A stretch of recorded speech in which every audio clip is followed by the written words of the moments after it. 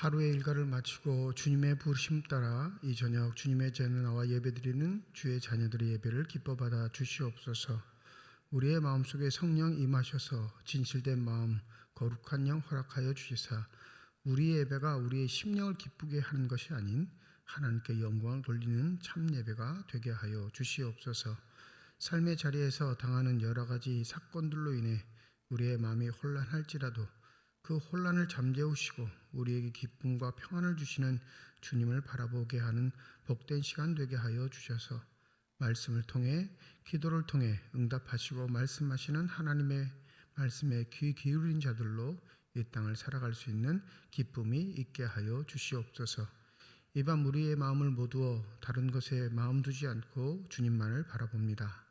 우리의 마음을 아시는 주님, 주님을 바라보는 자들이 실망하지 않도록 실족하지 않도록 주의 손길로 어루만지시사 하나님의 따스한 사랑과 은혜를 누릴 수 있는 복된 저녁이 되게 하여 주시옵소서. 감사드리며 우리 주 예수 그리스도의 이름으로 기도드립니다. 아멘. 365장 찬양 드리겠습니다.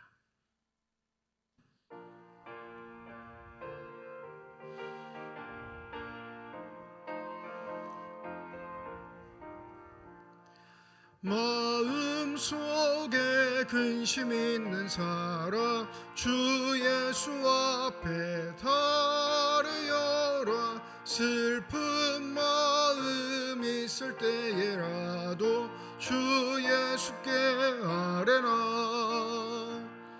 주 예수 앞에 달으여라. 주 우리의 친구니 무엇이나 근심하지 말고 주 예수께 아뢰라. 눈물 나며 깊은 한숨 쉴 때 주 예수 앞에 다루어라. 은밀한 죄 내게 있더라도 주 예수께 아뢰라. 주 예수 앞에 달으여라. 주 우리의 친구니 무엇이나 근심하지 말고 주 예수께 아뢰라.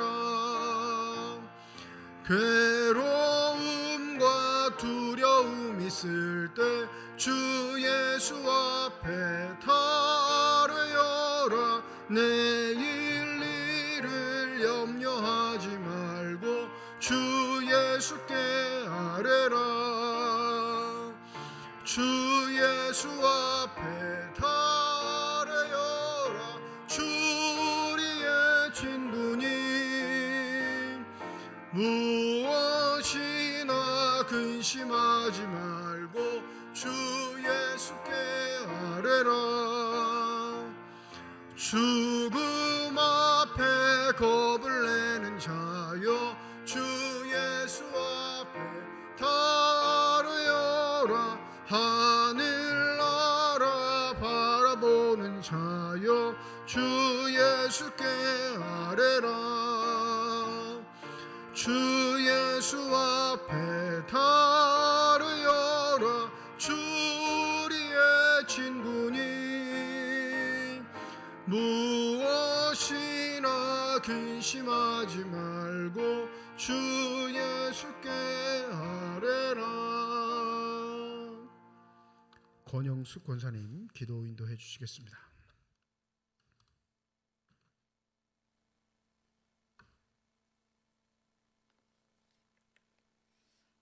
기도하겠습니다.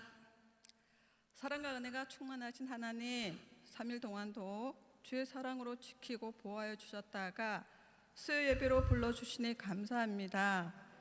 마음과 뜻을 다하여 예배드리게 하시고 예배 가운데 저희들의 마음과 시선이 하나님을 향하게 하옵소서. 주님, 사순절 둘째 주간을 보내고 있습니다. 주께서 몸소 보이셨던 죽기까지 세상을 품고 사랑하셨던 것을 본받아 우리도 주의 뜻에 순종하며 세상을 품고 사랑하며 섬김의 삶을 살기를 결단하는 시간 되게 하옵소서. 말씀과 기도로 주님과 더 긴밀히 만나게 하시고 우리의 신앙이 회복되고 믿음이 굳건해지는 시간 되게 하옵소서. 하나님 아버지, 이 나라를 이끌어가는 지도자들에게 참으로 국민과 나라를 위한 정책으로 일하게 하시고 주께서 주시는 지혜와 분별로 그들이 말하는 국민을 위함이 자기들의 이익을 취하는 방패가 되지 않게 하옵소서. 힘을 가진 나라가 연약한 나라를 치지 않게 하시고 주님의 피값으로 산 세상이 끝없는 탐욕으로 악을 행하지 않게 하옵소서. 전쟁이 속히 그치게 하시고 억울하게 죽어간 이들과 황폐해진 삶의 터전에서 고통받는 자들의 눈물을 닦아주시고 하나님께 소망을 둠으로 다시금 일어설 수 있는 여건과 힘을 허락하여 주시옵소서. 삼척중앙교회를 사랑하시는 주님, 올 한 해 주의 은혜의 해를 전파하는 교회가 되기를 소망합니다. 어둡고 그늘진 소외된 자들의 친구가 되게 하시고 낮은 곳으로 향하셨던 주님의 길을 쫓아 섬기고 사랑하게 하옵소서. 그래야 하나님께서 소망하는 세상을 교회를 통하여 전파되게 하옵소서. 각 기관 각 부서가 모이기를 힘쓰고 연합하여 주의 일을 행할 때 겸손케 하시고 주의 영광만 나타나게 하옵소서. 구역도 모이기를 힘쓰고 서로 살펴 신앙의 공동체적 삶으로 교제하며 힘들고 어려울 때 서로 힘이 되고 위로가 되게 하옵소서. 교회 학교를 개혁하여 주시옵소서. 어린 유아 유치부로부터 청년부까지 교회 학교 교육을 통하여 하나님을 아는 지식과 하나님의 자녀로 살아가는 법을 잘 배워 익히고 하나님 나라를 위한 꿈을 꾸게 하시고 기도로 그 꿈을 이루어가게 하옵소서. 하나님 아버지, 병중에서 하나님의 주의 손길을 간절히 간구하는 한우들, 그들의 손을 잡아주시고 주의 능력으로 아픈 부위가 속히 나아 건강한 일상으로 돌아오게 하옵소서. 간호하는 가족들에게도 마음의 평안과 새 힘을 주셔서 지치지 않도록 도와주시옵소서. 담임 목사님과 부목사님, 전도사님, 영육의 강건함으로 돌아보는 사역의 일들마다 주의 뜻 이루어가게 하옵소서. 다니엘 세우신 목사님을 통하여 말씀 듣습니다. 목사님께 말씀의 능력 더하여 주시고 선포되는 말씀에서 하나님의 뜻을 분별할 수 있는 성도 모두가 되게 하옵소서. 모든 것 감사드리며 예수님의 이름으로 기도드립니다. 아멘.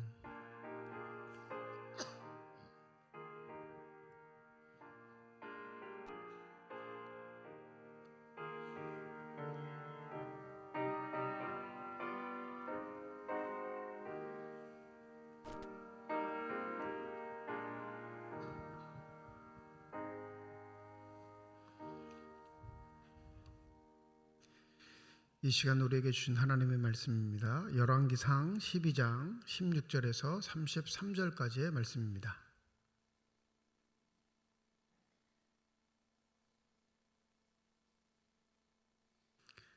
열왕기상 12장 16절에서 33절까지 우리 한 절씩 교독하시고 마지막 33절 함께 읽도록 하겠습니다. 제가 먼저 16절 읽습니다. 온 이스라엘이 자기들의 말을 왕이 듣지 아니함을 보고 왕에게 대답하여 이르되 우리가 다윗과 무슨 관계가 있느냐? 이새의 아들에게서 받을 유산이 없도다. 이스라엘아 너희 장막으로 돌아가라. 다윗이여 이제 너는 내 집이나 돌아보라 하고 이스라엘이 그 장막으로 돌아가니라.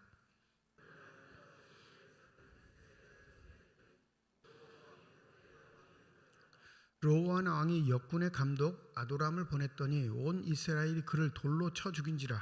르호보암 왕이 급히 수레에 올라 예루살렘으로 도망하였더라.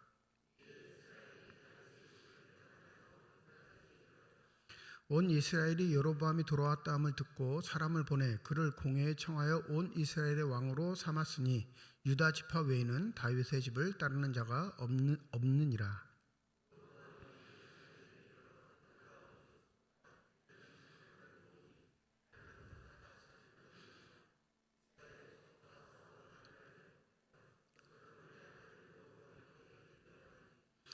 하나님의 말씀이 하나님의 사람 스마야에게 임하여 이르시되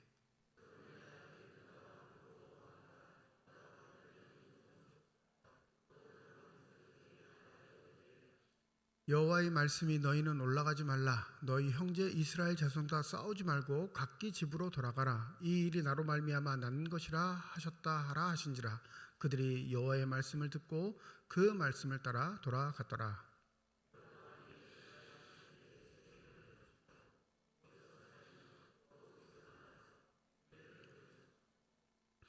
그의 마음에 스스로 이르기를 나라가 이제 다윗의 집으로 돌아가리로다.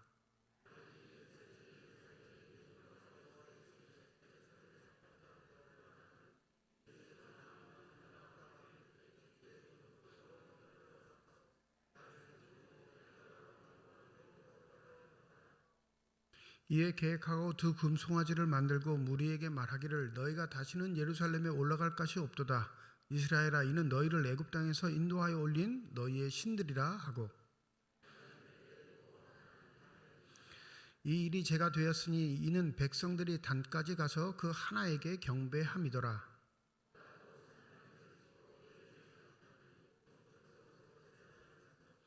여덟째 달 곧 그 달 15째 날로 절기를 정하여 유다의 절기와 비슷하게 하고 제단에 올라가되 베델에서 그와 같이 행하여 그가 만든 송아지에게 제사를 드렸으며 그가 지은 산당의 제사장을 베델에서 세웠더라. 그가 자기 마음대로 정한 달 곧 여덟째 달 15째 날로 이스라엘 자손을 위하여 절기로 정하고 베델에 쌓은 제단에 올라가서 분향하였더라. 아멘. 할렐루야.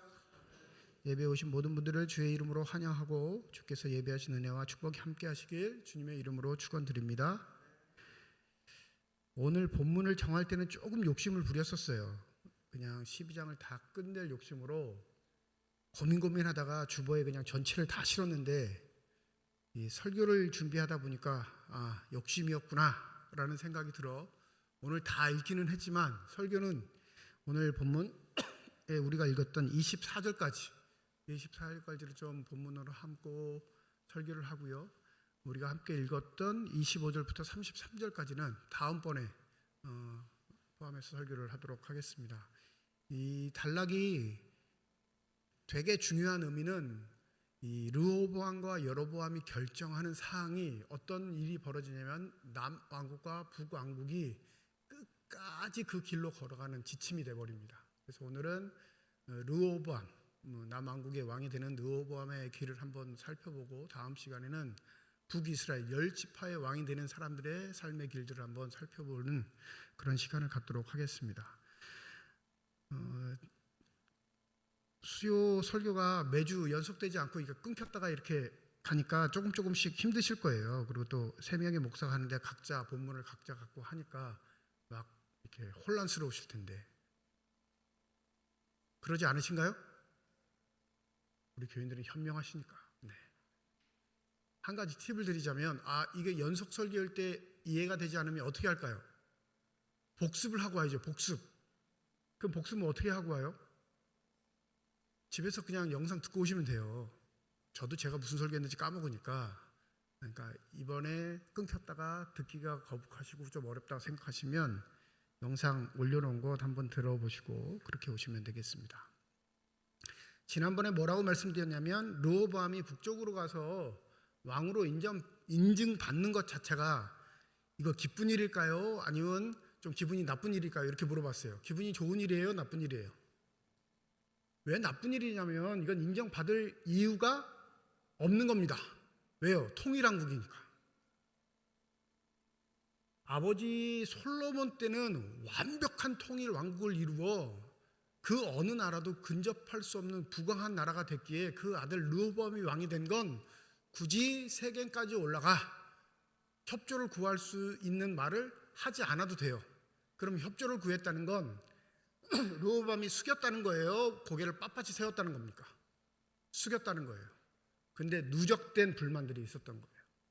어마어마한 왕이었던 솔로몬이 그 가진 힘으로 백성들을 압제할 땐 꿈쩍도 못하다가 이제는 좀 숨통이 트일 것 같으니까 이 북쪽에 있는 부족들이 이 반발하기 시작한 거죠. 그 낌새를 이미 알았을 겁니다. 그렇기 때문에 세겜으로 간 거죠. 아무 이유 없이 예루살렘에서 내가 왕이다 하면 그냥 통치는 시작되는데 굳이 그 먼 길 세겜까지 간 건 성경에 다 기록되어 있지는 않지만 이제 민심이 흉했다는 걸 르호보암도 알고 있었던 겁니다. 근데 지난번 설교 드렸을 때 르호보암의 결정적인 실수 뭐라고 했죠? 이게 젊은 사람, 나이 든 사람 이 부류가 아니에요, 여러분. 그건 다를 수 있습니다. 분명히 이렇게 설명해서 젊은 사람이 지혜롭고 나이 든 사람이 지혜롭지 않다는 고정관념은 버리셔야 해요. 그리고 르호보암이 항상 지냈던 사람들의 말을 들을 수밖에 없는 경향성은 당연히 있습니다. 그건 누구나 그래요. 자기와 친근하게 어울렸던 사람, 이 어울렸던 사람들이 그냥 평민들은 아니었을 거란 말이에요. 워낙 아버지 솔로몬이 어마어마한 부인들과 첩을 두고 살았기 때문에 어울렸던 대부분의 사람들은 왕족이었을 거란 말이에요. 그러니까 통치를 행할 때 그 통치의 의미도 알고 정치도 알고 경제도 알고 군사도 아는 정도. 그러니 당연히 자기와 친한 사람들의 이야기를 듣는데 결정적인 실수는 뭐예요? 무엇인가 중요한 일을 정할 땐 누구에게 물어봐야 해요? 그걸 하지 않은 게 결정적인 실수라는 거예요. 이스라엘은 독특하게 신정국가입니다. 신정국가. 우리나라는 신정국가일까요? 민주국가일까요? 네? 아무리 우리가 신정국가라 해도 우리는 민주국가예요. 국민들이 자기 개개인의 성향에 따라 자신의 의견을 표출해서 지도자를 뽑고 그렇게 운영되는 나라. 신정국가는요, 하나님이 통치자인데 하나님이 통치자를 사람으로 대신 일임하시고 그가 무슨 일이 있을 때마다 하나님께 묻고 그 물은 바 응답대로 통치하기를 원하시는 나라. 이스라엘이 그 신정국가의 최초란 말이에요. 국가로서는. 그러니 당연히 다윗도 아버지 솔로몬도 신정국가의 왕으로서 중요한 사항이 있으면 뭐 했다고요? 하나님 앞에 제사를 드렸단 말이에요. 예배를 드려요. 근데 그걸 확립하기 위해서 세운 게 뭐였냐면 완벽하게 신정국가가 되기 위해 확립하기 위해 세웠던 것. 성전이죠. 성전도 어디다 세워요? 수도에다 세워. 왕궁이 있는 수도에다. 네. 할아버지 다윗은 그 완성을 못했지만 아버지 솔로몬은 그걸 완성한 사람이에요. 우리나라는 신정국가야. 그러니 당연히 아들된 르호보암도 무슨 일을 결정하기 전에는 반드시 뭘 해야 한다고요? 제사를 드리든 선제로 부르든 공식적인 하나님의 음성을 들을 수 있는 행위를 해야 되는데 르호보암은 성경의 기록에 보면 그거 하지 않았습니다. 뭘 들은 거예요? 사람의 말을 들은 거예요. 즉 아버지 솔로몬보다 엄청나게 교만했던 거예요. 솔로몬이 지혜로웠을까요? 르호보암이 지혜로웠을까요? 근데 르호보암은 자기가 더 지혜롭다고 생각한 것 같아요. 야, 너희들을 우리 아버지가 일의 강도로 하나 정도의 강도로 너희들을 통치했다면 자기는 열의 강도로 통치할 수 있다고 자만했던 왕.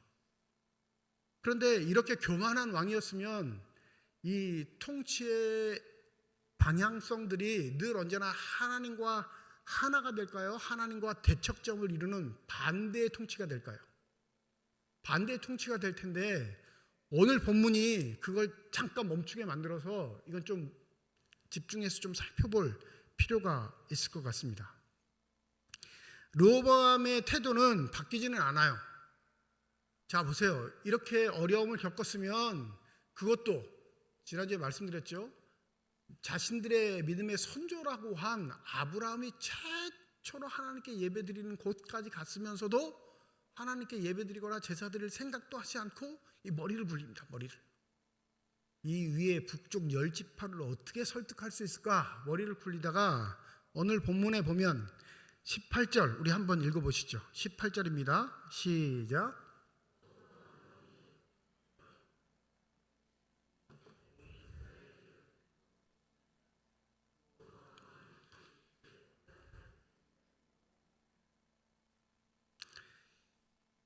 이 기껏 머리를 굴린다는 게 뭐였냐면 오늘 본문에 보면 아도니람, 이걸 어떻게 설명을 해야 될까요? 우리나라 직제로 하면 장관급으로 하면 아마 국토부 장관 정도 되지 않았을까? 모든 건설 관련하는 장관. 근데 이 아도니라라는 사람이 르호보암 때 사람이 아니고요, 할아버지 다윗 때부터 이 일을 했던 사람이에요. 그러니까 이 나이가 이미 할아버지 나이가 지났겠죠.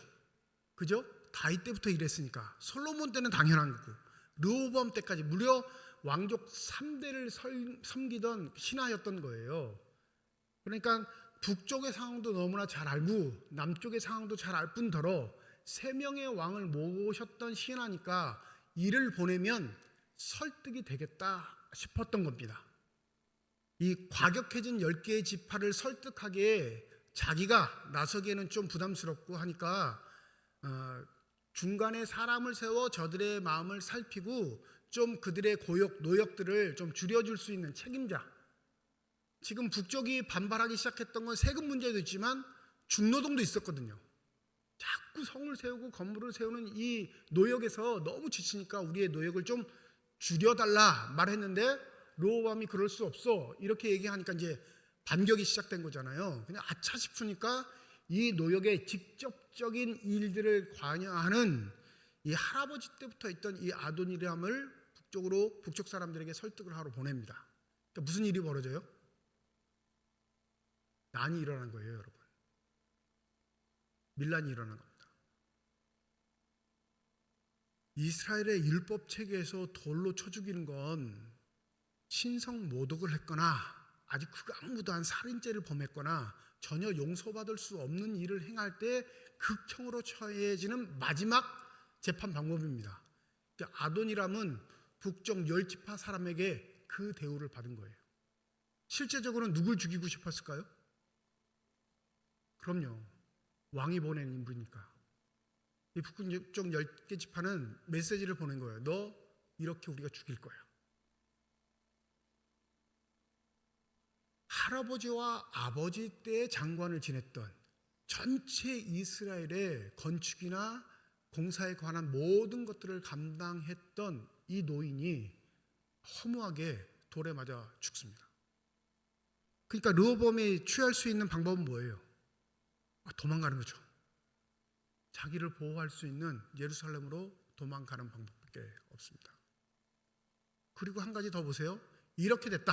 왕이 궁지에 몰렸어요. 설득도 안 되고 중재도 안 되고 회유도 안 되면 왕이 선택할 수 있는 일. 뭐 해야 할까요? 제가 되게 어려운 걸 물어봐요. 네? 뭐 해요? 전쟁이죠. 오늘 본문도 그렇게 지내게요. 본문도. 자, 오늘 본문 군사들을 모으는 본문을 한번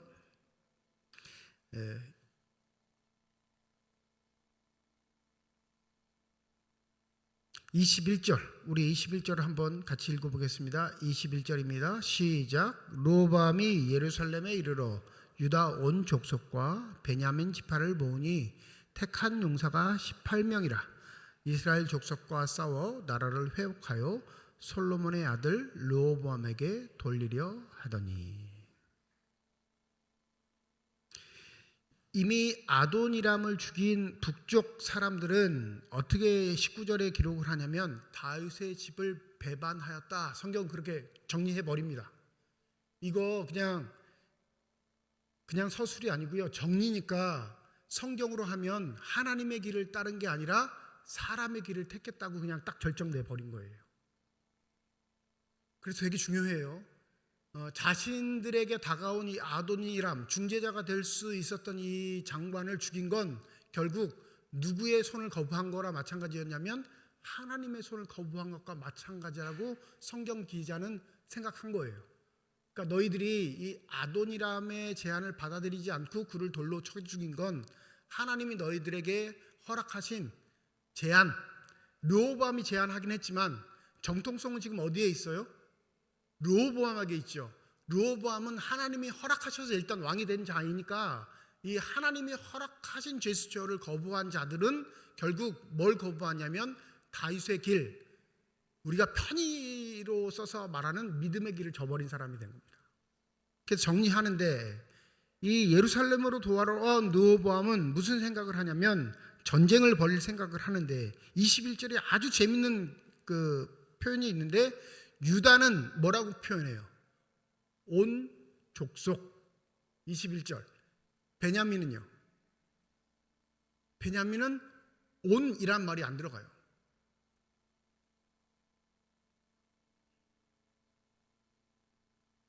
오늘 좀 힘드신 일들이 많으셨나 보아요. 얼굴 표정을 보니까. 목사님 그게 뭐 대단해요? 막 이렇게 표정을 지으신데, 유다 지파는 한 명도 빠짐없이 다 르호보암에게 동조하고 베냐민 지파는요 일부만 동조했다는 거예요. 그건 이유가 있습니다. 왜 그러냐면 베냐민이 북쪽과 경계선이 맞닿아 있을 뿐만 아니라 북쪽 지역에 자신들의 도시가 들어가 있어요. 베냐민 지파가 받은 그 부분의 지역의 땅이 큰 도시들이 이미 북쪽 10개 지파에 포함된 지역에 들어가 있으니까 북쪽 10개 지파에 들어간 부분에 있는 베냐민 지파 사람들을 움직일 수 있을까요? 없을까요? 없어요. 유다 지파와 밀접하게 관계 있는 경계선, 유다 지파 위에 베냐민이거든요. 그러니까 유다 지파와 지근거리에 있는 지파원들은 르호보암의 편을 들 수 있지만 이미 그 경계가 북쪽의 경계에 되어 있는 큰 도시라고 여겨지는 몇몇 도시들은 북쪽 지파의 할애된 부분에 포함되어 있기 때문에 이 베냐민 지파가 하나 돼서 움직일 수 없었던 거예요. 그래서 이 성경을 기록했던 기자는 정확하게 밝히기를, 왜 이게 더 중요하냐면 누가 하나님의 길을 따를 거냐 그러지 않을 거냐를 결정하는 문제니까. 이 하나님의 길을 따를 거냐 너희 길을 따를 거냐는 무엇에 이익을 두느냐예요. 무엇에 관점을 두느냐. 이 베냐민 지파가 나눠진 이유는 자신의 삶의 지경을 버리고 남쪽으로가 유다에게 동조할 건지, 아니면 비록 우리는 남쪽 지파라고 여겨지긴 하지만 실제 거주하는 건 북쪽에 거주하고 있으니까 이 북쪽에 동조하는 게 더 좋은지를 결정할 수 있는 계기가 된 겁니다. 모습은 전쟁인데, 모습은 전쟁에서 어느 편에 설 것인가인데 결국엔 이걸 통해 나는 내 마음의 중심이 하나님께 있느냐 없느냐를 결정하는 계기가 된다는 사실입니다. 재밌는 건 이 다음부터 전 굉장히 많이 고민했는데, 설교 준비할 때 르호보암이 하나님의 말씀을 잘 들을까요 안 들을까요? 지금까지 이렇게 행태를 보면 저도 그렇게 생각했거든요. 이런 못된 놈이 있나? 예? 자기 할아버지가 다윗이고 아버지가 솔로몬 정도면 하나님의 말씀을 듣는 흉내라도 내야 될 텐데. 그렇지 않아요? 40살에 왕이 됐으니까 철딱선이 없을 때 왕이 된 게 아니에요.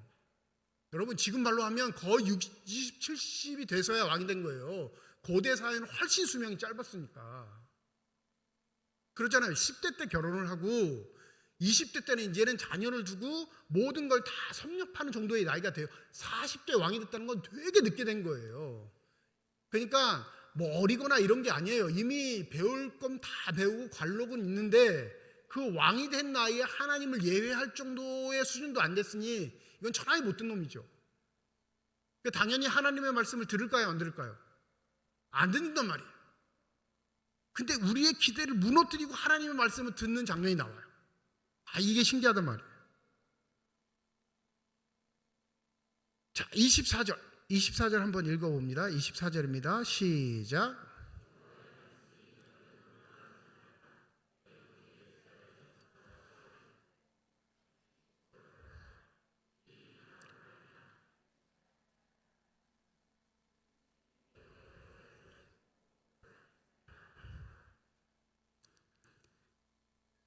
여기서 딱 걸렸어.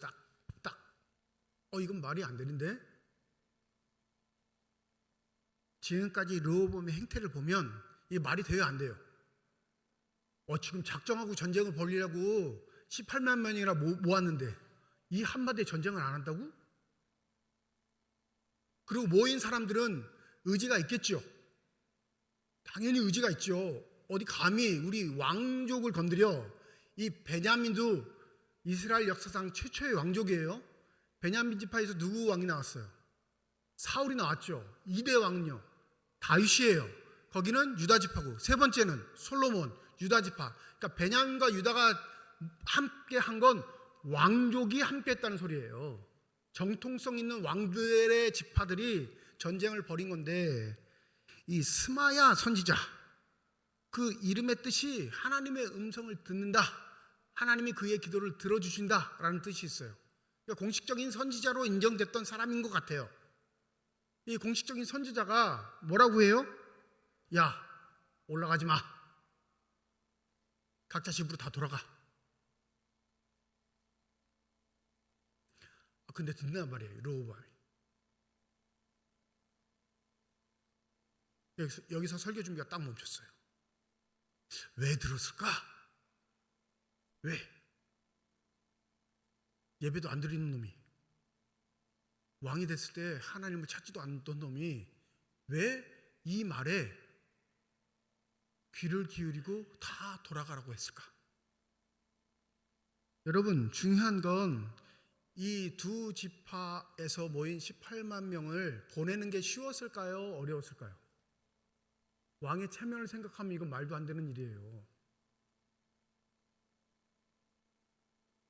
미안해, 내가 잘못 생각해서 다 집으로 가. 전문 군사들이 아니에요.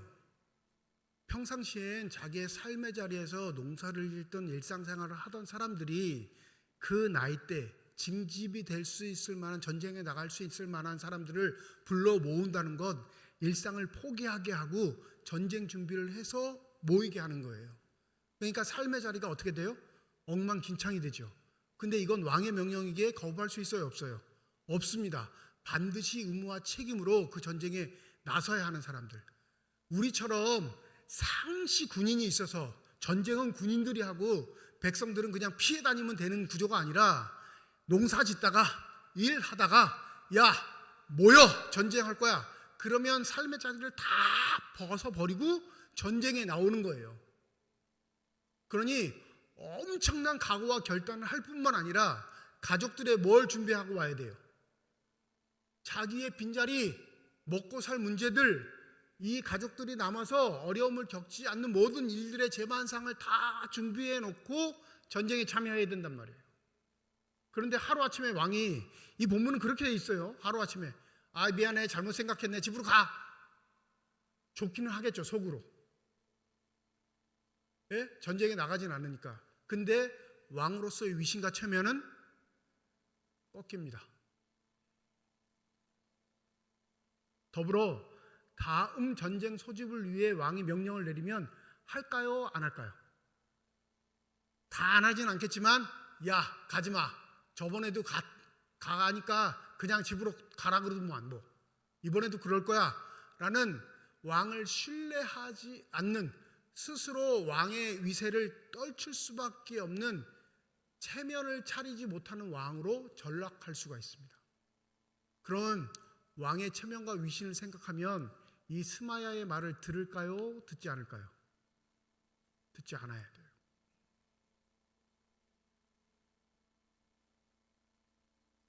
근데 르호보암이 여기서 굽혀요.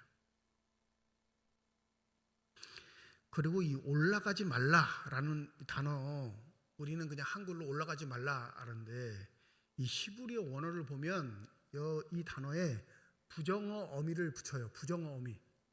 부정이란 건 하지 말라 이런 말. 근데 이 부정어 어미를 언제 붙이냐면 영원한 언약의 개념을 쓸 때 사용하는 로라는 부정어를 붙입니다. 그러면 이 올라가지 말라는 건 이번 한 번만 올라가지 말라는 거예요? 영원토록 올라가지 말라는 거예요? 히브리어로 보면 그 의미가 있어요. 왜 그러냐면, 우리 24절 한번 천천히 다시 한번 읽어보죠. 자, 시작. 여호와의 말씀이 너희는 올라가지 말라. 너희 형제 이스라엘 자손과 싸우지 말고 각기 집으로 돌아가라. 이 일이 나로 말미암아 난 것이라 하셨다라 하신지라. 그들이 여호와의 말씀을 듣고 그 말씀을 따라 돌아갔더라. 북쪽 이스라엘을 뭐라고 표현하셔요? 너희 형제. 대적이 아니라 너희와 피를 나눈 형제. 그러니까 이 전쟁을 벌이려고 했던 르호보암에게 이번만 올라가지 마가 아니라 너의 통치 정책, 너가 왕으로서의 다스릴 수밖에 없는 군사 정책은 북쪽과 전쟁을 하라 하지 말라. 평생토록 하지 말라는 거. 이게 내가 너에게 내리는 지침이에요. 여기 순종해요.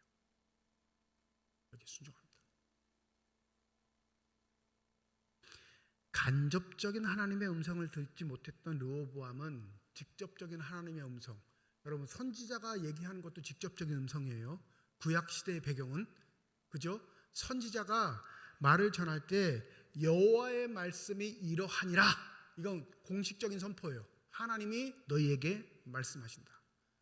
르호보암은 간접적인 하나님의 음성들은 다 배제했습니다.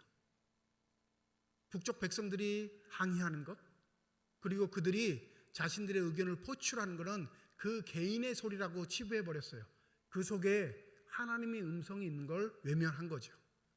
하나님이 작전을 바꾸셔요. 어떻게 바꿔요? 아, 얘는 안 되겠다. 직접 얘기해야지. 그러니까 수준이 좀 떨어지는구나. 근데 스마야를 보냈는데 우리 생각 같아서는 안 들을 것 같았는데 딱 들어버린단 말이에요. 여러분, 하나님의 음성이 없는 게 아닙니다. 우리가 삶을 살다 보면 하나님의 음성이란 게 뭐지? 하나님의 뜻이 뭐지? 하나님이 나에게 원하시는 게 뭐지? 몰라서 못한다고 생각하는 건 다 핑계예요. 늘 언제나 하나님은 말씀하세요. 믿으십니까? 근데 직접 나타나는 게 중요할까요? 간접적으로 나타나는 게 중요할까요? 그건 중요하지 않아요. 질문의 함정에 빠지시면 안 돼.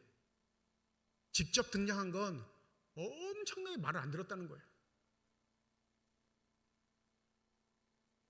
하나님의 영에 감동된 자들은 간접적인 제스처만으로도 하나님의 음성을 탐지하고 알아서 그 삶을 믿음의 길로 영위해야 하는 사람이 되는 줄 믿습니다.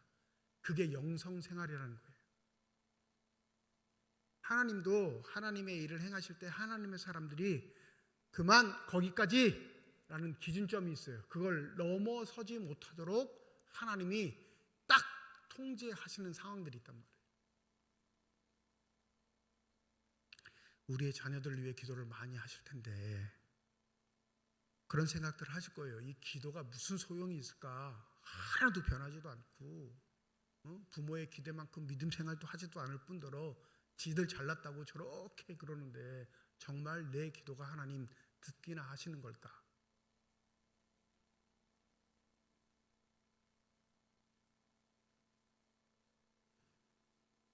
모든 부모들의 공통적 의문이죠. 네? 근데 생각해 보시면 저와 여러분들도 부모님 말씀 안 들었어요. 얼마나 잘 들었다고요. 그 부모의 기도가 무서운 게 뭐냐면요, 마지노선을 딱 정해요. 넘어갈 수 없는 선.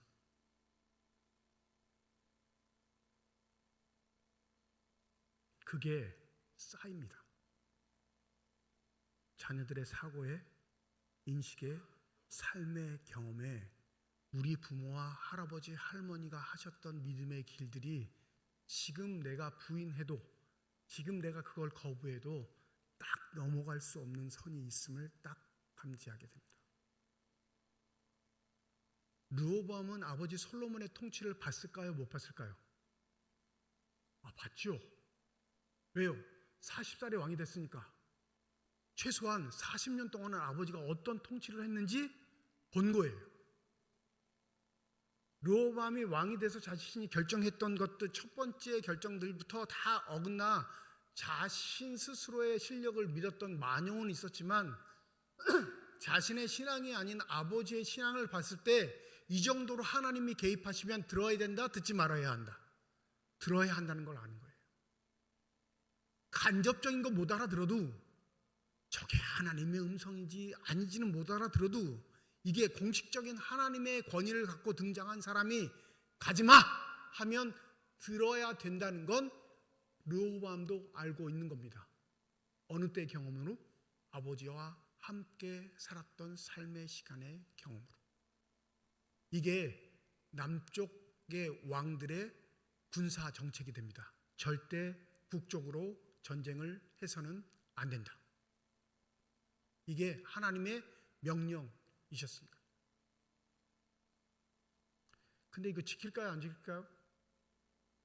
안 지키죠. 안 지켜요. 이게 인간의 완악함입니다. 여러분, 우리의 길이 하나님과의 동행하는 길이면 언제든지 하나님께서 등장하셔서 갈림길이 나왔을 때, 야 왼쪽, 그 다음 오른쪽, 그 다음 왼쪽, 또 왼쪽, 이렇게 등장하지 않으세요. 그럼 삶이 무슨 재미가 있겠어요? 무당 섬기는 거랑 똑같아요. 우상 섬기는 거. 하나님은 우리에게 결정권을 주세요. 우리에게 선택권을 주십니다. 근데 그 선택의 책임도 물으시죠. 그러하기에 우리의 삶이 믿음의 길로 온전히 걸어가려면 반드시 누구와 함께 하는 삶이 되어야 하죠? 삼일체 하나님과 함께 하는 삶이 되어야 합니다.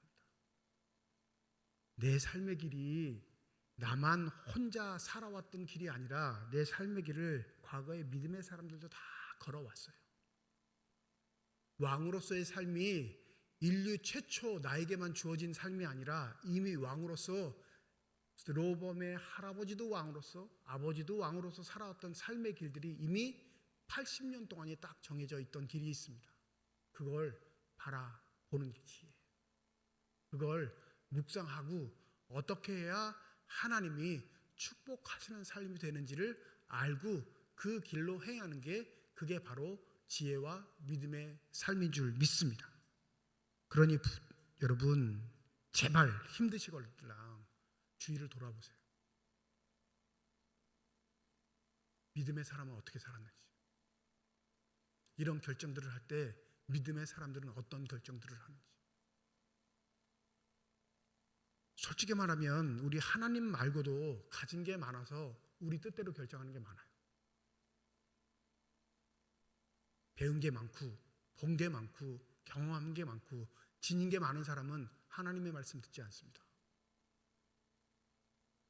이 스마야가 등장했을 때 르호보암이 들을 수밖에 없었던 또 하나의 원인은 아마 최초의 전쟁을 벌였을 때 승리할 거라는 보장이 있었을까요? 없었을까요?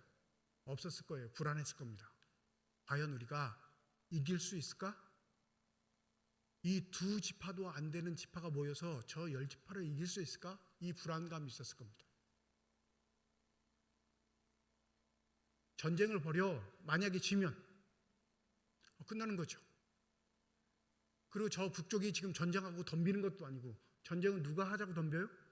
자기가 하자고 덤비는데 이 불안감이 있었을 거란 말이에요. 확신이 없죠. 전쟁을 벌여서 이길 거라는 확신이 있었으면 이 르호보암은 반드시 하나님의 음성을 무시했을 겁니다. 그런데 이 불안에 떨고 있는 르호보암에게 하나님은 선지자를 보내셔 하지 마. 그거 내가 원하는 일이 아니야. 라는 소리를 듣고 접지요. 왜요? 핑계거리가 생겼잖아요. 하나님이 하지 말래. 근데 놀라운 건 이 제대로 통치도 못할 것 같은 이 바보 같은 르호보암 왕 통치 3년 동안, 초기 3년 동안에는 어마어마하게 하나님이 축복을 내려주십니다. 이 한 번의 결정으로 하나님은 왕으로서의 자세, 왕으로서의 결정권을 지닌 자의 선택이 어떠해야 하는지를 아름답게 이끄실 수 있는 방도로 택하시는 거죠.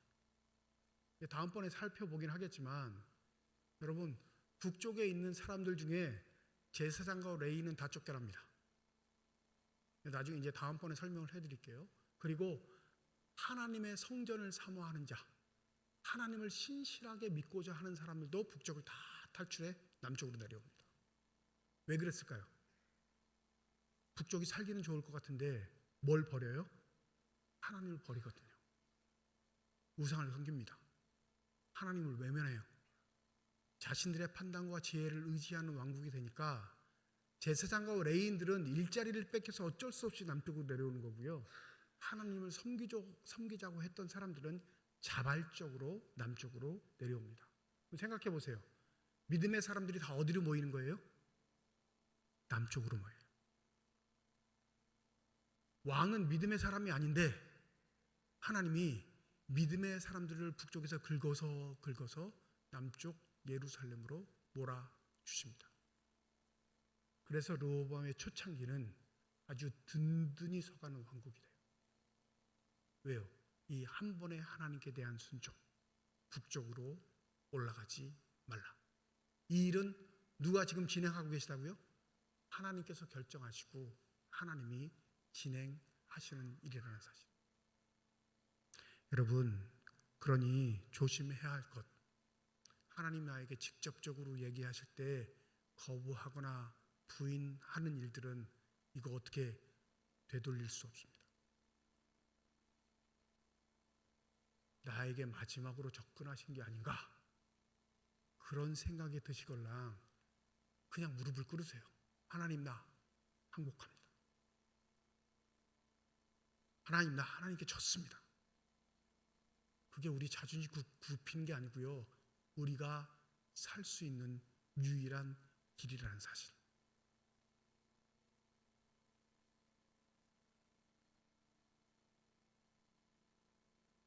성경을 읽을 때마다 늘 언제나 마음속에 남겨져 있는 구절이 있는데 아실 거예요. 예수께서 십자가에 달리셨을 때 양편에 달려있는 강도,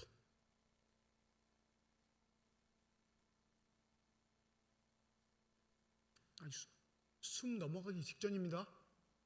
다 못에 박혔어요. 지금 죽는 시간만 기다리는 거예요. 오래 걸린 사람들은 반나절 이상씩 걸리니까 다리뼈를 꺾어버리는 겁니다. 빨리 죽으라고. 긴 사람은 2, 3일도 살아남아요. 그 십자가 위에서 그냥 말라 죽는 거예요. 말려 죽는 거예요.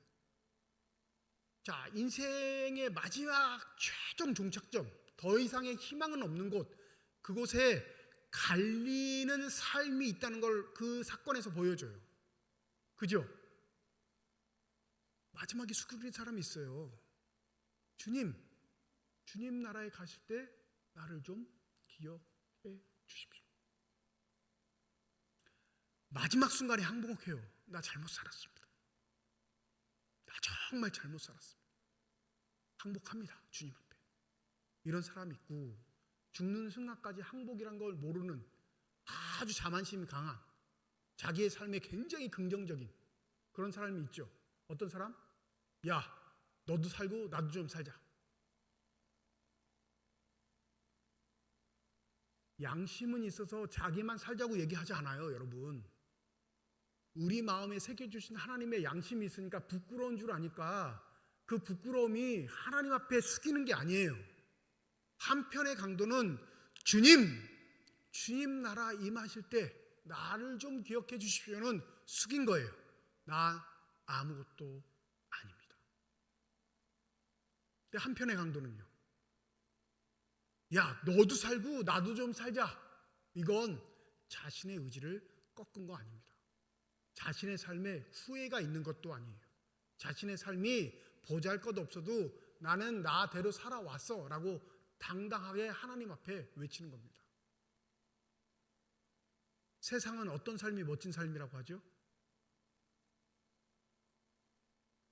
주님께 자기를 맡기는 삶이 멋있는 삶이라고 아니에요. 죽더라도 자신의 의지와 뜻 갖고 살아가는 삶이 중요하다고, 멋지다고 말하죠.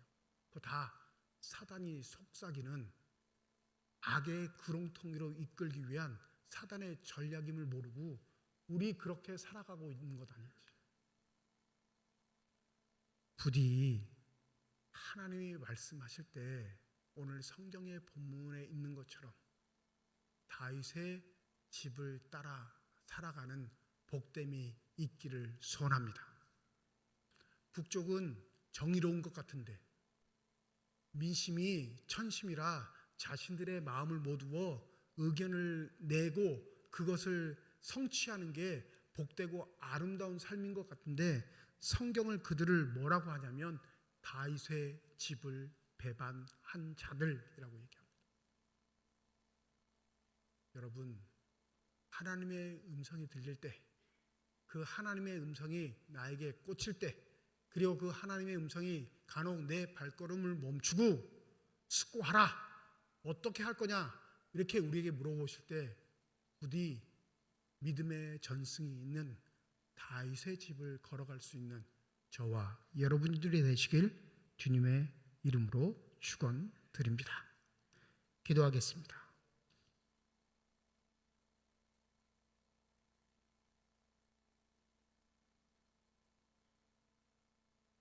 그렇게 고집셌고 자존심이 강했던 르호보암도 하나님의 음성에 무릎을 꿇었습니다. 그리하여 하나님은 그가 믿음의 길들을 하나하나씩 쌓을 수 있는 다시 한 번의 기회를 허락하셨습니다. 주님, 르호보암의 삶과 우리의 삶이 다르지 않습니다. 여전히 우리는 늘 삶의 자리에서 선택을 강요받고 그 선택이 멋진가 그렇지 않은가의 사람의 평판에 귀 기울입니다. 부디 우리의 선택이 하나님이 기뻐하시는 선택, 하나님이 축복하시는 선택, 믿음의 선택이 되게 하여 주셔서 우리의 자자손손 하나님을 섬길 수 있는 다윗의 집을 따르는 자들의 삶이 되게 하여 주시옵소서. 감사드리며 우리 주 예수 그리스도의 이름으로 기도드립니다. 아멘. 452장 찬양 드리겠습니다.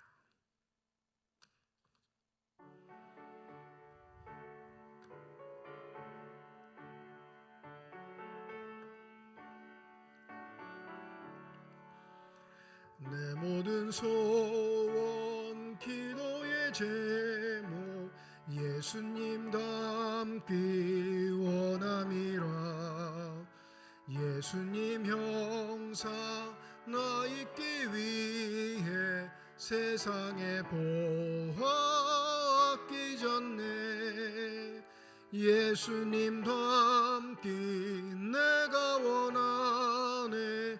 날 구원하신 예수님을 내 마음속에 지금 거둬사 주님의 형상 인치소서.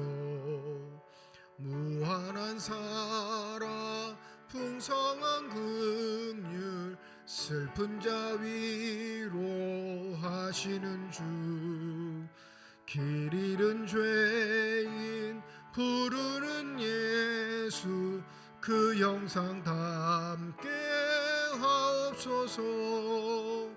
예수님 닮기 내가 원하네. 날 구원하신 예수님을 내 마음속에 지금 거둬사 주님의 형상 인치소서.